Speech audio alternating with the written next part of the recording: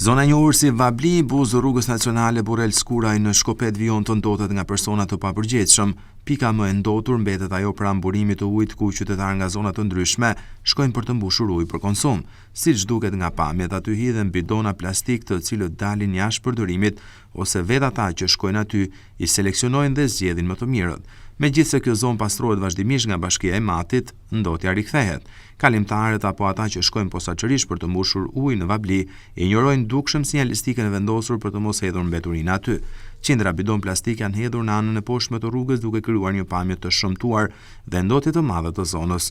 Duke qenë se lugina e Shkopetit është ndër më të frekuentuara gjatë gjithë vitit edhe nga turistë huaj, ndotja është impakti më negativ me të cilin përballen vizitorët.